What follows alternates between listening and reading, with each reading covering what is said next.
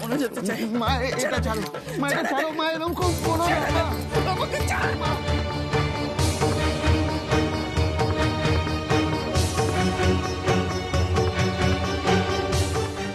অবলা, দরজাটা খোলো। অবলা, কি হচ্ছে কি ভেতরে?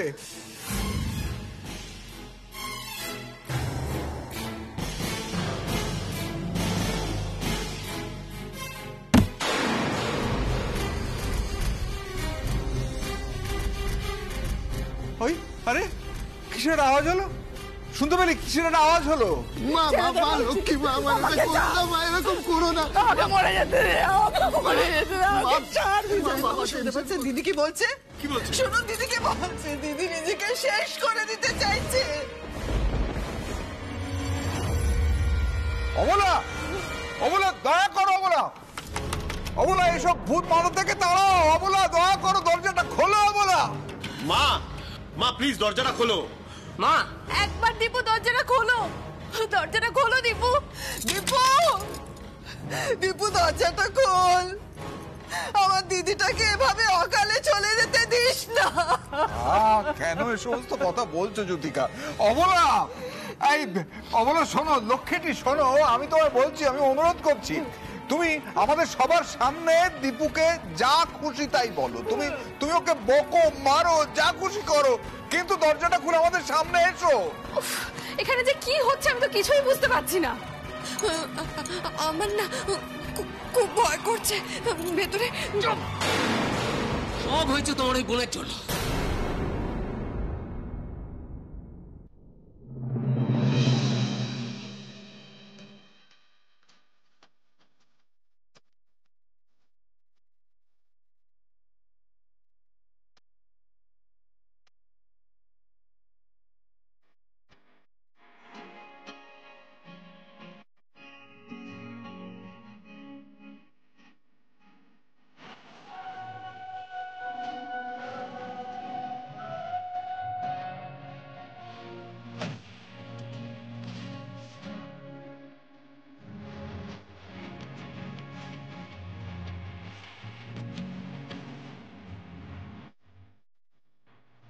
এটা আপনার অ্যাডমিট কার্ড আর এটা আপনার পেন নিন।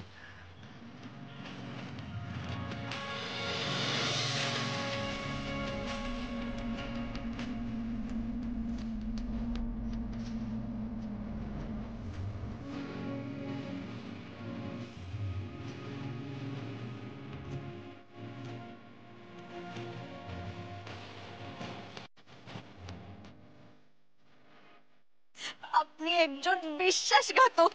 আজ আপনার জন্য আমার এতদিনের দেখা স্বপ্ন ভেঙে চুরমার হয়ে গেল। সব শেষ করে দিলেন আপনি, সব শেষ করে দিলেন। ইস, মানুষটার সাথে আমি সত্যি সত্যি খুব খারাপ ব্যবহার করেছিলাম।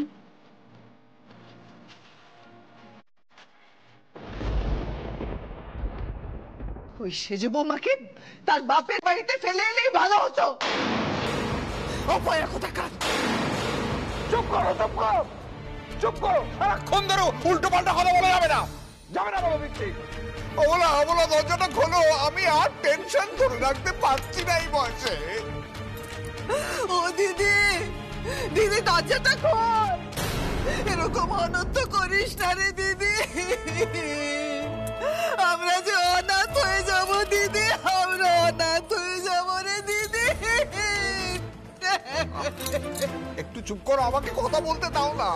অবলা, অবলা শোনো, অবলা আমি তোমার কথা দিচ্ছি। অবলা, অবলা আমাকে তো তুমি বিশ্বাস করো, আমি কথা দিচ্ছি তোমাকে, দীপু আর কোনোদিন তোমার অবাধ্য হবে না, ও আর কোনোদিন এ ধরনের কাজ করবে না, আমি কথা দিচ্ছি। আমি প্রয়োজনে দীপুকে শাসন করব। হ্যাঁ, এবার থেকে শাসন করব। তুমি দরজাটা খোলো।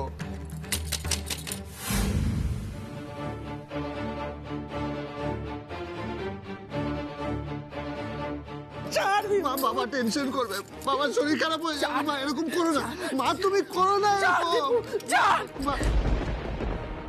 ও জেঠিমণি, একবারটি দরজাটা খোলো না। হ্যাঁ জেঠিমণি, একবার দরজাটা খোলো। আমরা তোমার সব কথা শুনবো। আমরা কোনো ভুল করবো না জেঠিমণি। মা গো, মা মা মা প্লিজ দরজাটা খোলো মা। মা বল না মা, ও মা প্লিজ খোলো না মা। প্লিজ, তুমি এরকম পাগলামি করো না মা। তুমি আমাকে এরকম অপরাধী করে চলে যেও না মা। মা আমি জানি যে আমার শ্বশুর বাড়ির লোকের জন্য আজকে তোমার এইরকম অবস্থা।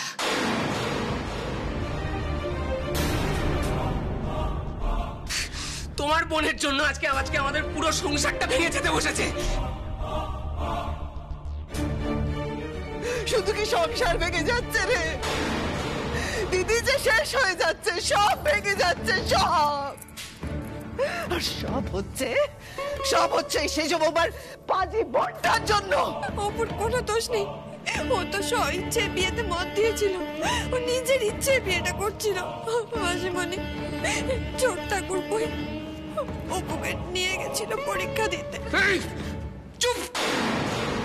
তোমার কাছ থেকে তোমার বাপের বাড়ির সম্বন্ধে একটা প্রশংসাও আমি শুনবো না। একটা কথা বললে না, তোমাকে ছেড়ে দিতেও আমি দুবার ভাববো না।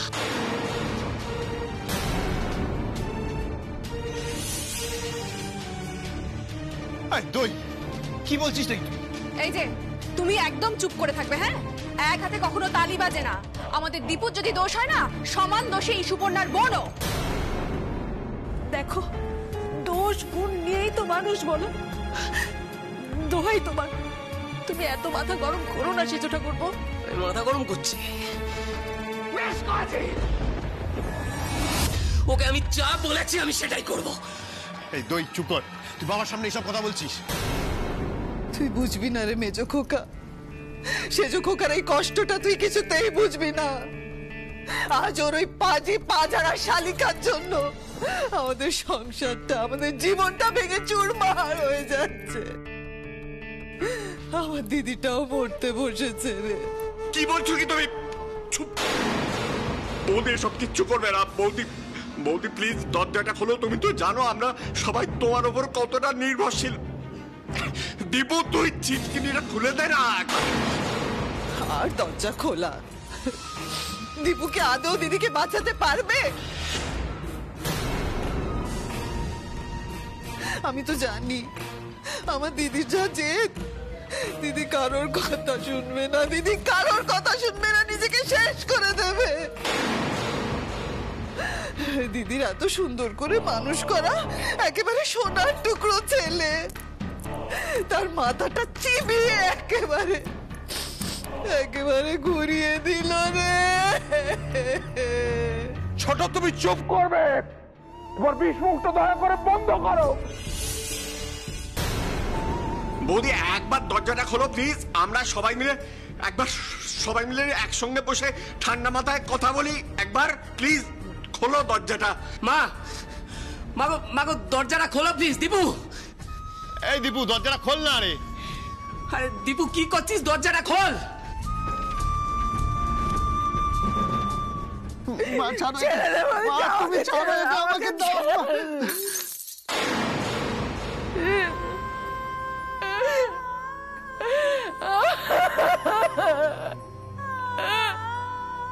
কেন বাঁচালি আমাকে, তুই বল, কেন বাঁচালি?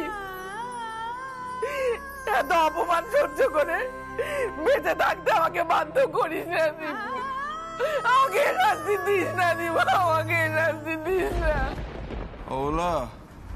ওলা আমার ভালো লাগছে না। আমার দরজাটা খোলো বলা, দয়া করে দরজাটা খোলো বলা, দরজাটা খোলো না। কেসটা কি করতে চাইছে দিদি? এসব কি দিদি মন থেকে সত্যি সত্যি করছে নাকি দীপুর সামনে নাটক করছে? তাই বলে মরে যাওয়ার নাটক? ওরে দীপু তুই অন্তত দরজাটা খোল না রে দীপু, দরজাটা খোল। বাবা তুই অন্তত দরজা খোল দীপু। দীপু রে, আমি বেঁচে থাকতে চাই না, আমি মরে যেতে চাই। সারা দুনিয়ার সামনে আমাকে বেইজ্জত করে এখন কেন বাঁচাতে চাইছিস বল? কেন? আমি মরে যেতে চাই। না তুমি এরকম বলো না, এরকম বলো না।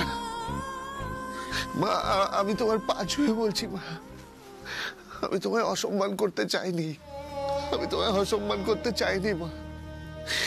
আমি শুধু চেয়েছিলাম অপুর স্বপ্নটা পূরণ করি। আমি যা করেছি বিবেকের তাড়নায় করেছি মা, আর কিচ্ছু চাইনি আমি।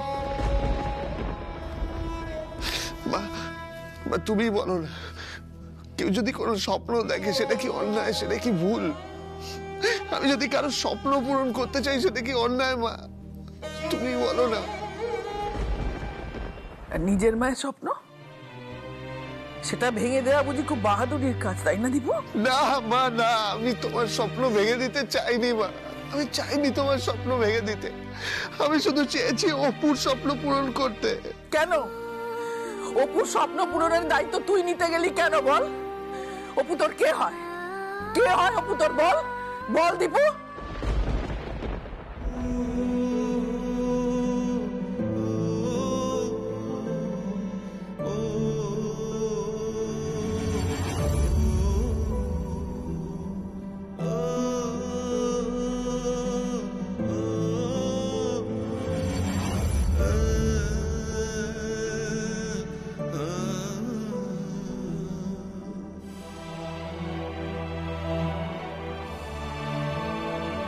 চুপ করে আছিস কেন?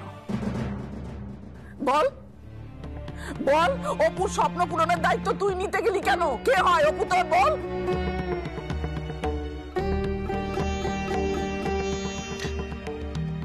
মা অপু অপু আগেরবার ওর স্বপ্নটা পূরণ করতে পারেনি আমার জন্য। অপু পরীক্ষা দিতে পারেনি আগেরবার আমার জন্য, তাই আমি ওকে পরীক্ষা দিতে নিয়ে গেছিলাম যাতে যাতে আমার আগে করা ভুলটা একটু শুধরে নিতে পারি। আমার আমার খুব খারাপ লাগছিল মা, আমি আমার ভুল শুধরে নিয়েছি, আমার যা করণীয় ছিল আমি করে ফেলেছি মা। এবার আমি শুধু তোমার কথা শুনবো, আমি আর তোমার অবাধ্য হব না মা, আর কখনো হব না। এই তোমার পা ছুঁয়ে বলছি মা, আমি আর কখনো তোমার অবাধ্য হব না। তোমার দীপু তোমারই আছে মা, একই রকম। আমি তোমার পা ছুঁয়ে কথা দিচ্ছি মা। পরের মেয়ের স্বপ্ন পূরণের দায় তোকে কে নিতে বলেছিল দীপু? হ্যাঁ, ওকে স্বাধীনতা দেবার দায়িত্ব তোকে কে নিতে বলেছিল? নিজের বোনকে তো স্বাধীনতা দিতে গিয়েছিলি, ভুলে গিয়েছিস সে কথা?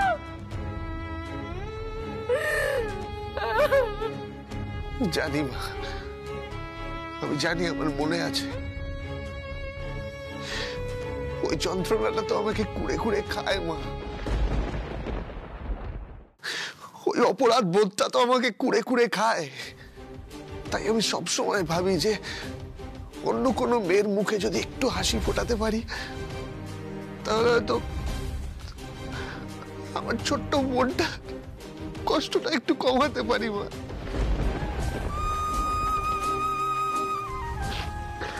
কিন্তু না, আর না মা, এবার থেকে আমি শুধু আমার মার কথা ভাববো, আমি তোমার কথা ভাববো, তোমার কথা শুনবো। তোমার দীপু তোমারই থাকবে মা, তোমার দীপু তোমারই আছে, বিশ্বাস করো মা, আমি সত্যি কথা বলছি। বিশ্বাস করি দীপু, বিশ্বাস করি। সূর্য যেমন পূর্ব দিকে ওঠে, পশ্চিম দিকে অস্ত যায়, সেটা যেমন বিশ্বাস করি, তোকে তার চেয়ে অনেক বেশি বিশ্বাস করি দীপু। তুই তো আমার অহংকার ছিলি বাবা, তুই আমার অহংকার ছিলি, আর সেই অহংকার ভেঙে টুকরো টুকরো হয়ে গেল। না মা, না, আমি তোমার অহংকার ভাঙবো না মা, আমি তোমার অহংকার ভাঙবো না। শুধু শুধু তুমি আমায় বিশ্বাস করো মা, তোমার রাগ ঘৃণা অবিশ্বাস নিয়ে আমি বাঁচতে পারবো না। আমি বেঁচে থাকতে পারবো না, আমি যে মরমে মরে যাবো মা। আমিও যে মরমে মরে যাচ্ছি দীপু। দত্তবাবুর মেয়ের সাথে তোর বিয়ে ঠিক করেছিলাম, এখন আমি কি কৈফিয়ত দেবো বল? কৈফিয়ত দেওয়ার কি আছে মা? কৈফিয়ত দেওয়ার কি আছে? মা তুমি যেখানে বলবে, যার সাথে বলবে, আমি তাকেই বিয়ে করব। তুমি যেদিন আমার বিয়ে ঠিক করেছো আমি সেই ডেটেই বিয়ে করব মা। আমি সেই ডেটেই বিয়ে করব। তুমি শুধু তোমার চোখের জল মোছো মা, কেঁদো না, চোখের জল মোছো। কথা দে বাবা, কথা দে। কথা দিলাম মা।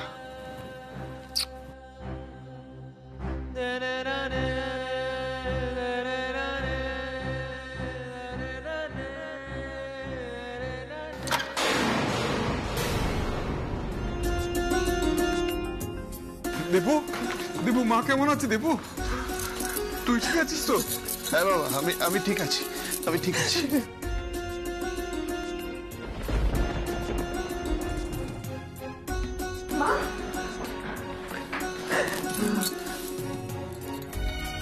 কি করতে যাচ্ছিলে তুমি?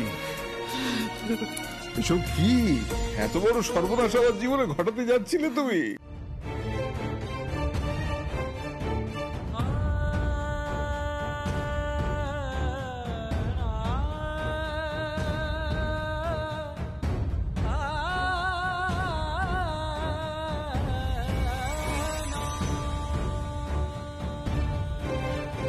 আপনি ছিলেন বলেই আমি পরীক্ষাটা দিতে পারলাম।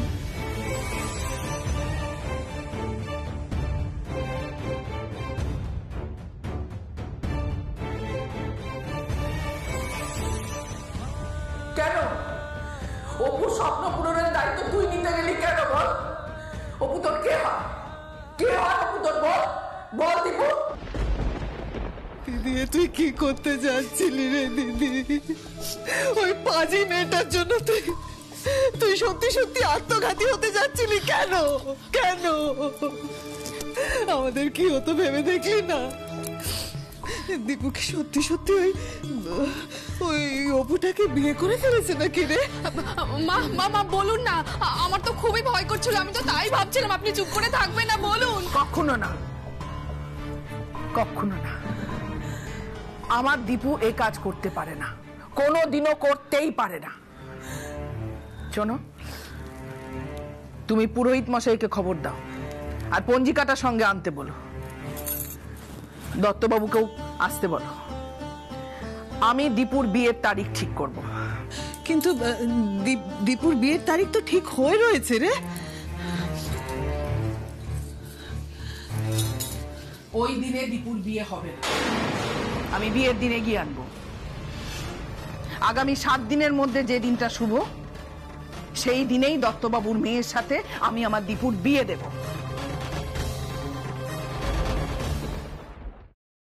কবে থেকে আমি রাতে ঠিক করে ঘুমোইনি। কাল থেকে এত কিছু ঘটেছে আমার সাথে, অথচ আমার কেন ঘুম পাচ্ছে না এখন? এত অস্থির লাগছে কেন মনটা? এত ছটপট লাগছে কেন?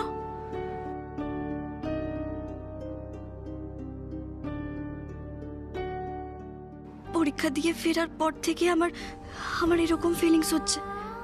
কেন কেন আমার বারবার দীপুবাবুর কথা মনে পড়ছে? কেন? কি সম্পর্ক আমাদের মধ্যে? কি নাম আমাদের সম্পর্কের? আর নাম থাকলেই বা কি? আমার আর দীপুবাবুর সম্পর্কের তো কোনো পরিণতি নেই। তাহলে আমি এসব ভাবছি কেন? আমি তো এটুকুও জানি না আদৌ দীপুবাবুর মনে আমার জন্য কোনো অনুভূতি আছে কিনা। দীপুবাবু তো নিজে মুখে কখনো কিছুই বলেননি। অবশ্য উনি মুখে কিছু না বললেও ওনার চোখ দুটো যে সব কথা বলে দিয়েছে। ওনার মনে আমার জন্য যে অনুভূতি, আমার জন্য যত্ন, আমার জন্য ভাবনা, সব ওনার চোখে ফুটে ওঠে বারবার।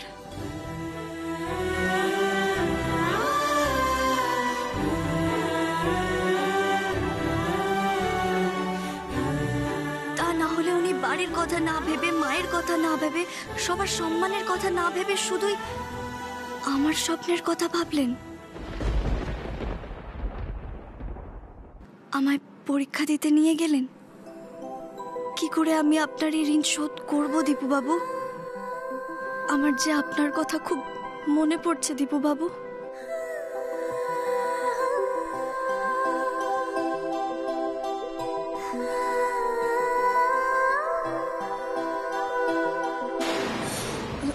মা, আমি কিন্তু রাতে খাবো না, খিদে নেই আমার। ও ছোটদা ভাই, তুই কিছু বলবি? খিদে নেই নাকি খাবি না? কেন খাবি না অপু? কি হয়েছে? কি হয়েছে আমাকে বল। কাকে কষ্ট দিচ্ছিস? কেনই বা দিচ্ছিস? আচ্ছা, আমরা বাড়ির কেউ তো তোকে কিচ্ছু বলিনি, কেউ তোকে বকাঝকাও করেনি, এমনকি বাবা পর্যন্ত কত নরম তোর প্রতি। তাহলে আমি ঠিক আছি ছোটদা ভাই। আসলে দিদি ভাইয়ের জন্য খুব খারাপ লাগছে রে। আমার জন্য দিদি ভাই এই বাড়ির সাথে আর যোগাযোগ রাখতে পারবে না। সুপু লুকিয়ে ফোন করেছিল। তাই? কি বললো রে? ও বলল সামনে নাকি দীপুর বিয়ে,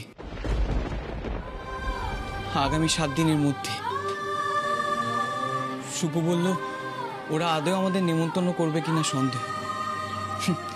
ওরা বোধহয় আমাদের আর সহ্য করতে পারছে না।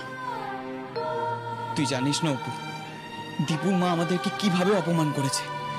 অবশ্য আমি আর দাদা মিলেও 2-4 কথা শুনিয়ে দিয়েছি। দীপু বাবুর বিয়ে? হ্যাঁ, বিয়ে তো আগেই ঠিক হয়েছিল, ওই কলকাতার বড়লোক দত্ত পরিবারের মেয়ের সঙ্গে। শুধু দিনটাই একটু এগিয়ে এসেছে, এই আর কি। যাকে অনেক রাত হয়েছে, চল এখন খেয়ে নিবি, চল। আসছি। তাড়াতাড়ি আয়। সুপু লুকিয়ে ফোন করেছিল। ও বলল সামনে নাকি দীপুর বিয়ে, আগামী 7 দিনের মধ্যে।